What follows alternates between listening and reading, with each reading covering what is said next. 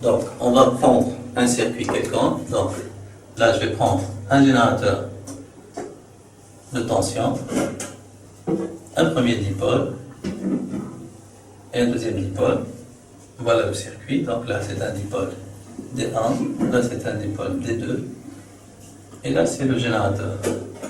Donc, on va prendre un sens du courant. Donc, là, on a la tension U1, et là, la tension U2. Et ça, c'est donc la tension UG, si vous voulez. Donc, on se propose de visualiser la tension U1. Donc, ça, c'est le centre du courant. Donc, la tension U1, c'est la tension au bord du dipôle D1. Donc, pour visualiser cette tension, je peux utiliser des points, si vous voulez. Donc, je vais prendre un point A là, et un point B là. La tension U1, c'est la tension au bord du dipôle D1 qui se trouve entre les points A et B. Donc, on va relier le point A. Donc, on va relier le point A à la voie, une des voies de l'oscilloscope. Donc, ça, c'est le symbole de la voie, par exemple, voie A ou bien voie B. Et le point B. Le point B sera relié à la masse. Dans ces conditions-là, l'oscilloscope nous permet de visualiser la tension U1. Donc l'oscilloscope nous permet de visualiser la tension U1. On va prendre un autre cas, c'est le cas de la visualisation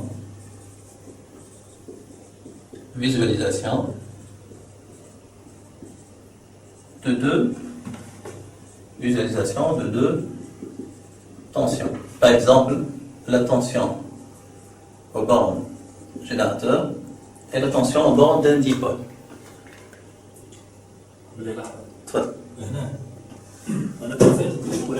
Donc, pourquoi l'oscilloscope est en train de visualiser la tension U1? Parce que là, dans ces conditions, l'oscilloscope est en train de mesurer la différence de potentiel entre la masse et la voie, si vous voulez, et l'entrée. Donc, entre les deux points B et A. Donc, voilà la tension, si vous voulez, U sur la voie A de l'oscilloscope. UYA, si vous voulez. Donc là, dans ces conditions, on remarque que UYA est égal à U1. Donc, U1 égale UYA.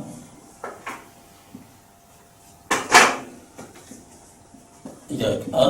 Donc, dans ces conditions, on est en train de visualiser la tension U1, la tension au bord du dipôle D1.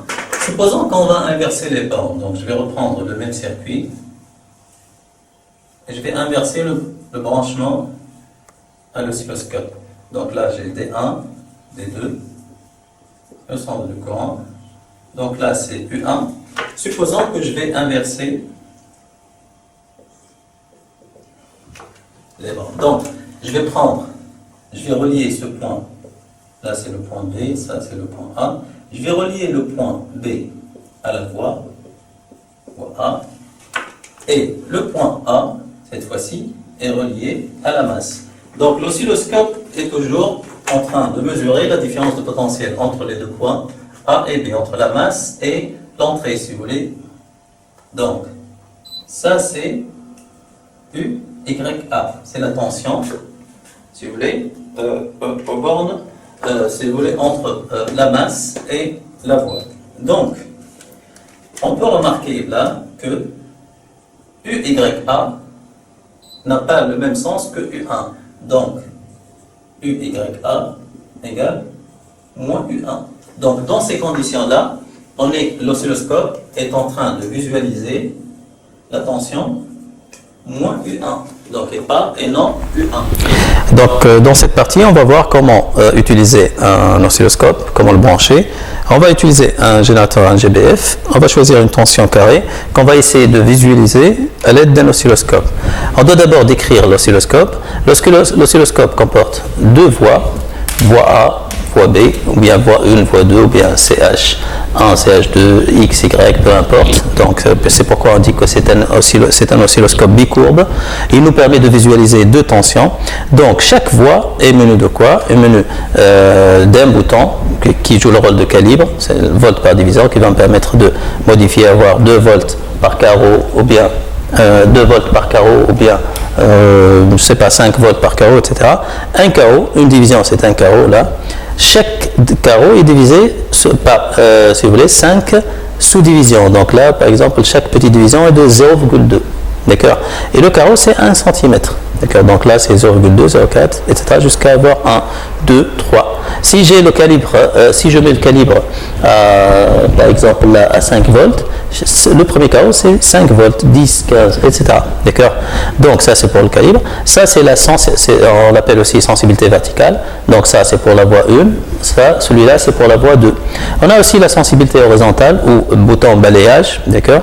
Donc c'est parfois on trouve time par division. D'accord? Il me donne horizontalement, chaque carreau correspond à quoi? Parce que, par exemple, là, j'ai 20 microsecondes, si vous voulez, c'est-à-dire chaque division, chaque carreau correspond à 20 millisecondes. Bien sûr, chaque carreau. D'accord? Donc, je peux visualiser une tension sur la voie 2 ou bien sur la voie 2, sur la voie 1, ou bien je peux visualiser, donc là, c'est CH1, CH2, ou bien les deux en même temps. Dual, je peux visualiser deux tensions en même temps, simultanément. D'accord? Bien sûr, la voie 2 est munie d'un bouton INV qui me permet d'inverser la tension, d'avoir moins la tension. D'accord? Donc, on va visualiser, on va commencer par visualiser une tension sur la voie 1, puis sur la voie 2. D'accord? Donc, on va prendre une tension carrée. Donc, j'ai pris un GBF, d'accord? Générateur basse fréquence. Je vais prendre une tension carrée. Donc, je vais relier à la voie 1. D'accord? Donc, l'autre bord à la masse. Voilà. Donc, et on va visualiser la tension. Donc,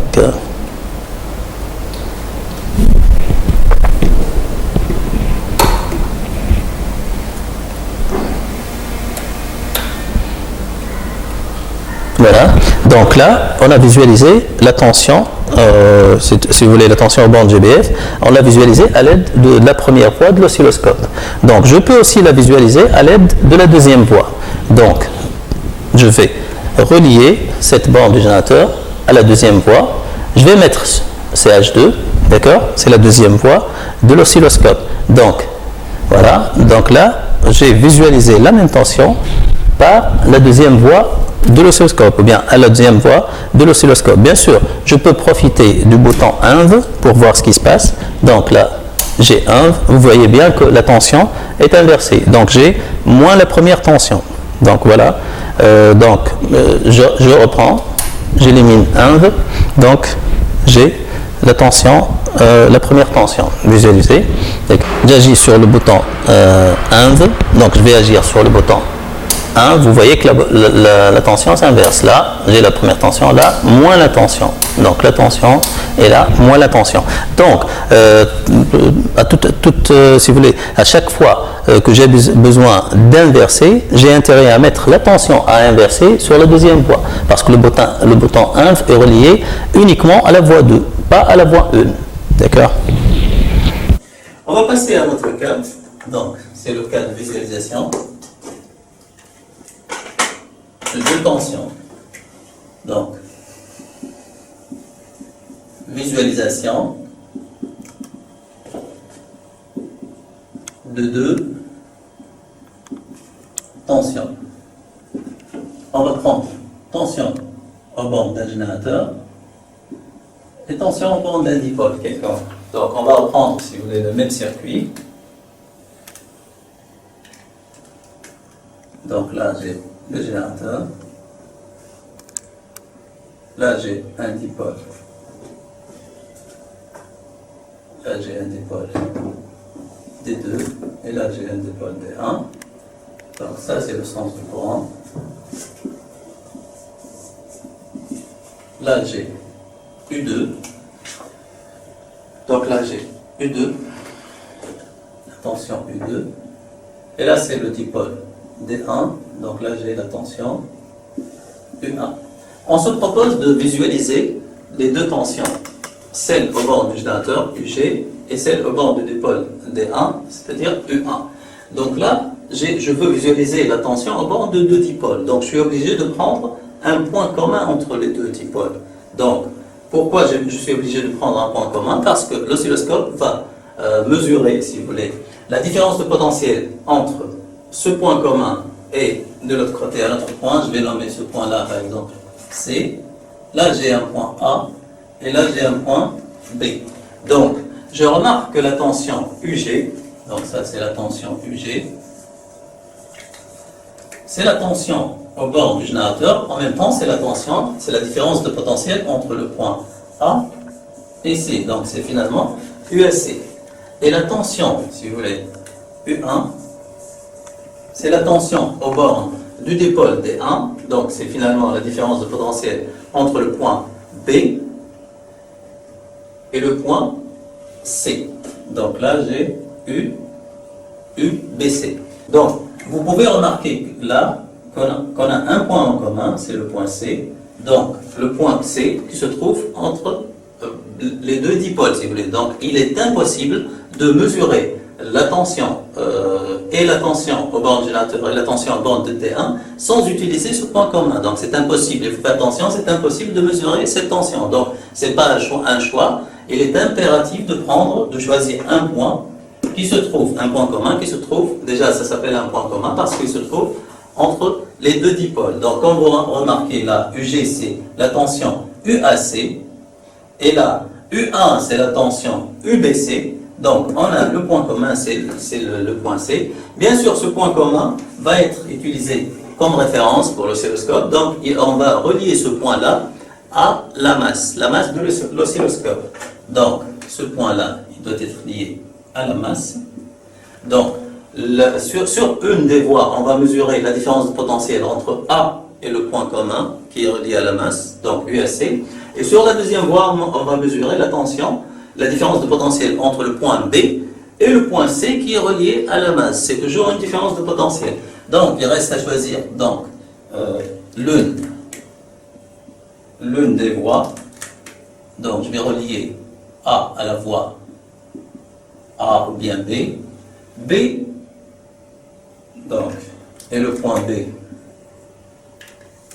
je vais le relier à la voie B, d'accord? Bien sûr, on peut dire voie A, voie B, bien X, Y, ou bien CH1, CH2, c'est pas très important. Donc, le résultat, sur l'oscilloscope, qu'est-ce qu'on va mesurer? Donc, comme tout à l'heure, là, sur la voie B, si vous voulez, cette tension mesurée, c'est UYB. Là, sur la voie A, cette tension mesurée, c'est UYA. Donc, UYA correspond à UG et UYB correspond à U1. Donc là, on est en train de visualiser UG et U1. Donc, on va visualiser par exemple la tension UG et UC. D'accord? Donc, le point commun entre le générateur et le condensateur est ce point-là. Donc, ce point-là doit être relié, si vous voulez, à la masse. Donc la masse 1 ou bien la masse de la voie 2, c'est exactement la même chose. D'accord? Donc ça, c'est la borne moins, ça correspond à la borne moins du générateur. Donc l'autre borne est reliée à la voie 1. Donc dans ces conditions, je suis en train de visualiser, donc dans ces conditions-là, je suis en train de visualiser la tension aux bornes du générateur. Il me reste la tension aux bornes du condensateur. Mais je vais voir le sens positif choisi arbitrairement si vous voulez. Le courant circule dans ce sens. Donc UC est comme ça. La tension UC est comme ça. Donc ça tombe bien parce que cette borne est reliée à la masse et celle-ci va être reliée à la voie 2. Donc dans ces conditions-là, je suis en train de visualiser la tension aux bornes du générateur et celle aux bornes du condensateur. Voilà. D'accord. Donc, on va passer au troisième cas. Donc, on va prendre un troisième cas.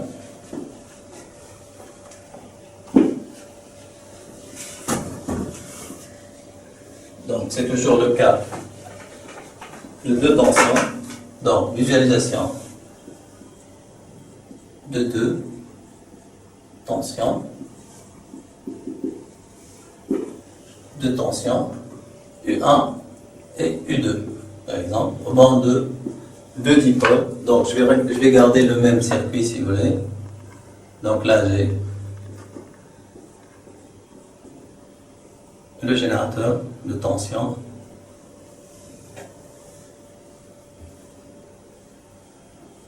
Là j'ai le dipôle D1 et là j'ai le dipôle D2.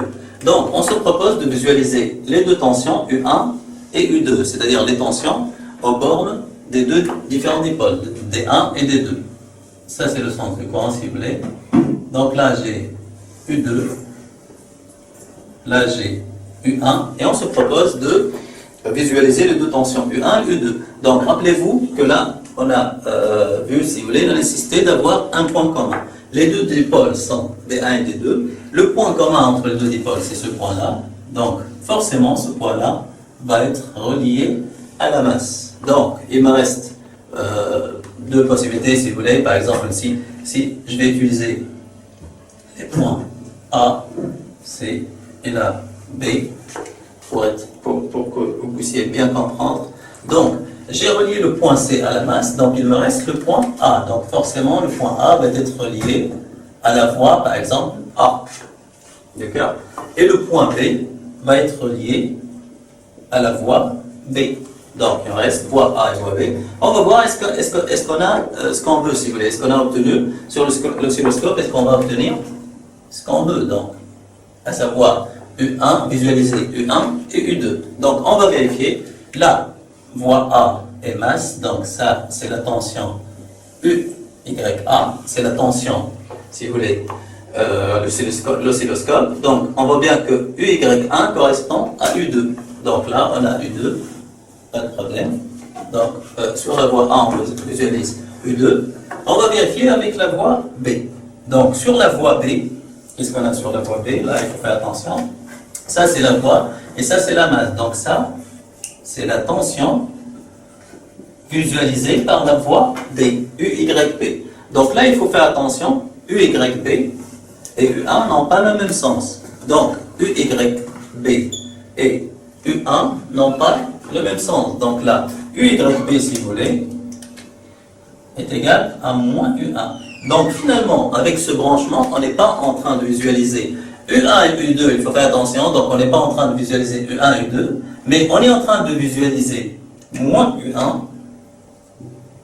Donc on est en train de visualiser moins U1 et U2. Donc c'est faux, donc il faut faire attention. Donc là, de cette façon, je suis en train de visualiser moins U1 et U2. Donc qu'est-ce qu'on doit faire? Donc, bien sûr, vous avez une option sur votre oscilloscope, si vous voulez. Là, si j'ai une tension moins U1, je peux l'inverser. Il y a un bouton INV. Donc, il y a un bouton INV, vous pouvez trouver ça comme ça, INV, ou bien moins CH. Moins CH, c'est-à-dire, il inverse la tension donnée à l'oscilloscope, si vous voulez, sur la voie de l'oscilloscope. Il faut faire attention aussi, que cette option 1 ou bien moins CH, voilà, elle est disponible sur la deuxième voie, sur la voie B, bien sûr, voie B ou bien CH2 ou bien CHB ou bien Y. Donc, si je veux visualiser U1 et U2, ce branchement n'est pas correct. Donc, qu'est-ce qu'on doit faire? On doit impérativement prendre la tension qu'on veut inverser sur la voie B. Donc là, c'est bon. Donc sur la voie B, j'ai moins U1. Donc il suffit d'appuyer sur le bouton 1. Comme ça, je n'aurai pas de problème. Donc juste, je peux ajouter là plus 1 ou bien je vais reprendre. Donc je reprends le circuit vite fait. Donc, ça c'est le générateur. Donc là, ça c'est D1, D2. Donc U2, U1. On reprend le raisonnement de nouveau. Donc, je veux visualiser la tension entre les deux tensions U1 et U2. Donc ça, c'est le point commun. Forcément, il doit être relié à la masse. Donc là, c'est la voie 1, voie A, voie 1, CH1, X, peu importe. Donc là, ça c'est, si vous voulez, ça c'est la tension visualisée par l'oscilloscope qui correspond à U2. Là, je suis obligé d'utiliser la deuxième voie, voie B, mais je remarque que là, c'est cette tension qui est visualisée par l'oscilloscope et qui ne correspond pas à U1, c'est moins U1. Donc là, qu'est-ce que je dois ajouter? je dois ajouter plus 1. Donc, lorsque j'ajoute plus 1, je ne suis plus en train de visualiser moins U1. Donc, le résultat sur l'oscilloscope, on est en train de visualiser, bien sûr, là c'est U2, pas de problème. Là c'est moins U1, plus 1, ça va me donner moins U1, donc ça va me donner U1. Donc, je suis en train de visualiser U1 et U2. Voilà, merci, et à très bientôt. Donc, on va visualiser deux tensions quelconques. Par exemple, la tension au bord du résisteur, du dipôle résisteur, et la tension au bord du condensateur. Donc, on doit choisir un point commun entre les deux. Ça, c'est le résisteur. Et ça, c'est le condensateur. Donc, ça, c'est le point commun entre les deux. Le point commun doit être impérativement relié à la masse. Donc, vous savez bien que l'oscilloscope, la masse est commune, donc des deux voies. Donc, pour visualiser UR, là, on va prendre le sens positif de courant choisi arbitrairement. Donc là, on va relier ce point à la voie. D'accord? Donc ça, c'est la tension UR, si vous voulez. Donc elle est bien reliée c'est la tension UR. Donc on a bien relié à l'oscilloscope. Donc on est en train de visualiser UR. Mais si je vois ça, donc le sens positif de courant est dans ce sens. Donc d'après la convention récepteur, la tension UC est comme ça. Donc cette borne doit être reliée à la voie 2. Or, elle est déjà reliée à la masse. D'accord? Donc je suis obligé de relier l'autre borne à la deuxième voie de l'oscilloscope, mais dans ces conditions, je suis U oscilloscope, si vous voulez, c'est moins UC, parce que là c'est UC, et là c'est U deuxième voie, UY de l'oscilloscope. Donc UY égale à moins UC. Donc pour rectifier ça, on utilise le bouton 1. Donc voilà, là je suis en train de visualiser UR et UC, mais là je suis en train de visualiser UR et moins UC. Donc je suis obligé d'utiliser le bouton INV. Comme ça, j'ai visualisé UR et UC. Donc je répète, si je n'utilise pas le bouton INV, là j'ai UR et là c'est pas UC, c'est moins UC. Donc lorsque j'utilise le bouton INV, donc j'ai toujours UR, parce que UR c'est sur la voie 1, mais la voie 2, j'ai inversé. Donc j'ai UR et UC. D'accord? Donc comme ça, on a pu visualiser la tension UR au bord du résisteur et la tension UC au bord du condensateur.